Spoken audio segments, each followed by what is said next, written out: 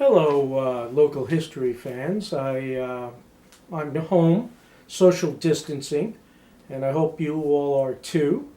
And because we're doing this right now in the time of the coronavirus, it brings to mind some local history that I've read through the years about epidemics that had gone through Pearl River and Orangetown and the county, where you can pick up snippets of how people were being affected uh, by epidemics and diseases. The first recorded epidemic that came through Pearl River was in 1872. It was a measles epidemic, and it affected both men and children. Although at that time there weren't very many children or men. 1872, there were only original 32 families here, and people started to come into town when Julius Bronsdorf built the hotel and Hunt's General Store, which became Hadler's, and his factory. So it's really, you really can't say how many people were affected, but it was enough to be noted in the local paper at that time, which was the Haverstraw Messenger. And they said that measles is still raiding the area around Pearl River.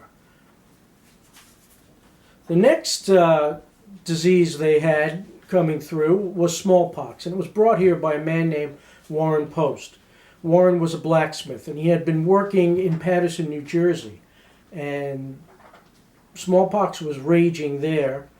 And what had happened was he came back to Pearl River and he started to spread it. He was very sick. He was quarantined to his home by Dr. Neer of Park Ridge. Dr. David Neer later moved to Pearl River and lived on the corner of Servant Street and Central Avenue. The house is still there today. Post's house was on Pearl Street, and his house got a quarantine sign that was put up by the new Justice of the Peace, who also happened to be our health officer for Orangetown.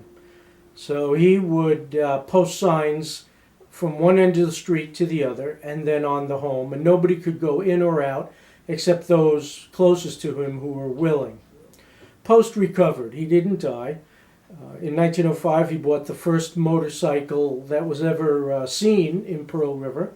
He bought it in Spring Valley. And he went on to have a 40-year career as a blacksmith and a mechanic when cars started to come in the early 1920s into town, although he still did horseshoeing. The next epidemic was typhoid fever. That came in between 1902 and 1904.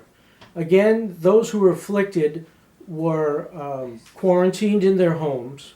But what was interesting about typhoid fever was that it passed through contaminated water. And at this time, for 2 years, 1902 and 1903, we had nor'easters that flooded all the lowlands, all the entire area.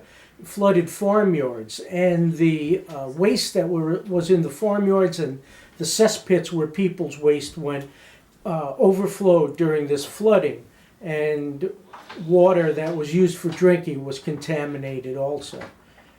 Sam Cooper and Talbot Dexter, who was the president of the school board, decided to fumigate the school at this time. They used chloride of lime and sulfur gas to do so. It wouldn't be until 1916 that science found fumigating for viruses and other microbes was completely ineffective. From 1900 to 1930, we had a diphtheria epidemic here in Pearl River and in the nation. Diphtheria killed tens of thousands of children, and there were a number of children who died here in Pearl River. But by 1917, Letterly laboratories were producing an antitoxin for diphtheria, and this saved thousands of lives. The last thing I want to talk about is the flu. The flu was always ever present. Every spring, the grip would come. That's what they called it, or la grippe. It was considered the French disease. And people caught it. They were quarantined in their homes. But what's interesting to note is that the schools were closed during certain years, and even some businesses closed down for a number of these epidemics that came through. So what we're doing today is just a repeat of what was done over, well over 100 years ago. Also interesting to note is the fact that right now health professionals are talking about the use of quinine to shorten the flu. And in the early 1900s, the Hills brothers had a patent medicine that was called bromated quinine that sold for 30 cents a bottle. And the advertisement was that it was guaranteed to kill the common cold and the grip in 3 days.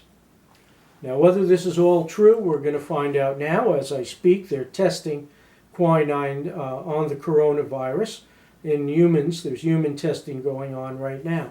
But we're really shocked today because most of America's history, your life was haunted by epidemic. There were so many diseases that you or your children could die from that it was commonplace. And for us, it's not. And that's why I think the impact is so strong on us. So that's your history for this week. I will do another one this week, and hopefully by the end of the week we'll show it.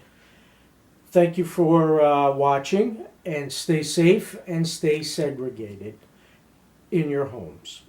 Thank you.